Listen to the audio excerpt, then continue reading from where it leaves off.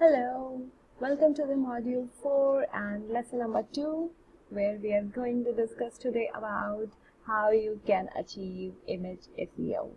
So as I have told you in the previous video, like in the lesson 1, that image SEO creates an opportunity for you to not just get ranked by content, but you have another option nowadays to get ranked by images as well.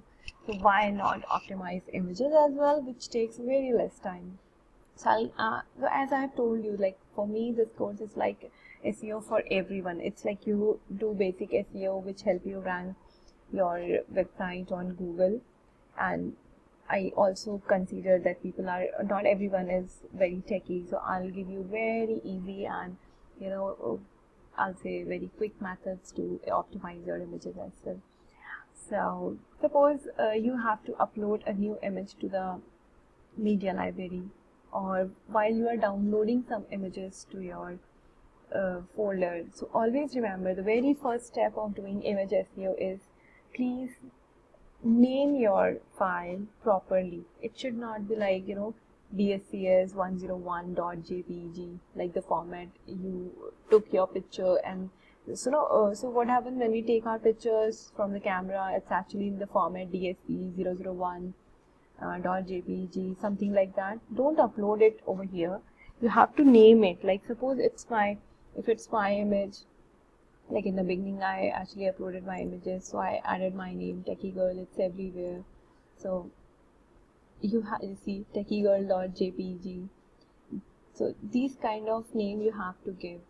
Now if I'm using any WordPress website, so here the WordPress website.jpg, so these are my file names. So you can see how I have named my file. So I understand, like sometimes we are like in a hurry just to download and do it quickly, but if we just give 5 to 10 minutes extra to our work, maybe we can organize things more accurately.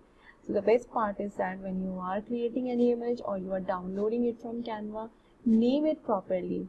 Name it so that you include the keywords as well. Make sure you do it every time. So if you see all my images over here, like funnel building, you'll see funnel building 1.jpg. That's a mistake that I'm gonna correct it later, but it doesn't create any effect because the keyword is in the beginning. But I usually when I'll be making my site live, I'll just remove all these things. So yes, so this is the first thing. The images you are uploading, make sure they have a file name which makes sense and which has keywords included. Now the second thing is that please include images in your post. Never ever forget to include images in your post, because as I told you, as a human being, we all love visual things. So once you are writing content in your post, and if you add some images, if you include some images, it helps reader to understand your content more. I'll say understand your content properly immediately, because suppose if some post is about pizzas, but you've just written some content and I'm not interested in that because I'm looking for a specific type of pizza. Maybe if you have just added one piece image, and that is of thin crust pizza, which you were which you have shared the recipe of pizza, maybe I'll just take a quick look at your site. Oh my god, this is the one I want, and I just want to read it. So that's the kind of impact image can create. So if you have images, it actually helps readers understand what the content is all about. It just in a seconds of landing on your post or pages. So first thing is, when you upload images or download images, anything you are doing into the WordPress, make sure you have a proper file name that contains keyword. Now the second thing is that always include images in your post and pages. And another reason for including images in the posts and pages is nowadays Google is also doing image search. So as you saw in that lesson 1, I've shown you that Google is also categorizing nowadays images like the content. So we have another opportunity to get our site ranked using images. So third thing is that writing all text. So suppose let's go to those images. Now, as of now, I have not added the alternative text or alt text, but we should always. So when I'll be wrapping up my project, these are the things I do at the end, because I'm not sure how many images I'm going to keep right now. So once the site is completed, I know these are the images I'm not going to use. I'll delete it, and then I will add, content to the all these configuration, all these settings to the required ones. So what you have to do, you make alt text. You have to make sure it describes the image or the purpose. So this is a WordPress site, so I'll just write WordPress services, because the purpose of this image is to tell you that I offer WordPress services as well. Now, why do we have alt text? Why should we have alt text for the images? Sometimes what happens when the internet is maybe not working that great, the net speed is slow. At that time, your image doesn't load properly, and the very first thing people will see is that a broken image icon with the name. So sometime it can be like, okay, 0001 if it is downloaded from Facebook, or if it is directly from your camera, 001.jpg, or a long file format, that create a bad impression about you.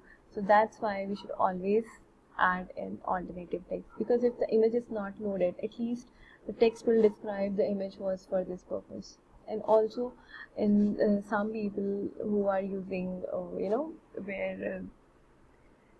we are using nowadays apps which actually read the text for us, so that when images comes in between, it cannot read unless there is a alt text written properly, otherwise it will read something else. So you should always add this thing. Caption you can add if you want your image on the side with a small caption about the image, or like some taglines. That's also a great thing. So description, if you want to add, you can add it, but alt text and the file name is very important, so make sure you are adding it with the keywords in it. Now, next thing about images is, when you are uploading images, you have to make sure that these images are already compressed, or you have a plugin. So we have a plugin, otherwise you can use tinypng.com site, where you can upload your images and you can get it compressed. That's a great site as well. And the very last thing that I want to talk about image SEO is correct format of the file.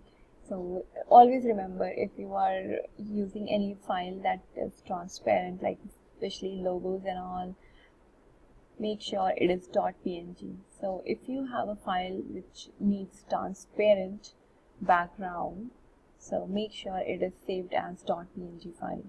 Now for those files which are apart from these, which are not transparent, you can actually make them save as a .jpg, because these images, when saved with .jpg extension, it gives you more color quality and more crisp images. So if you have big banners with like more color concentration, like very which you want to be very clear and crisp, make sure you save the file as .jpg, sorry. And if it is transparent, like especially our logos are transparent, make sure it is .png. Like if you see my logo, it is a .png file, and if you see this logo, yes, this is also a .png file.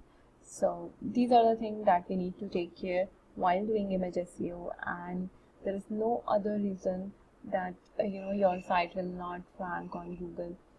Now you have got two ways actually to rank your file, rank your page and post on the Google. One is content, and another is images. So if we try either ways, it can help us rank faster, sooner, and maybe like by both the ways.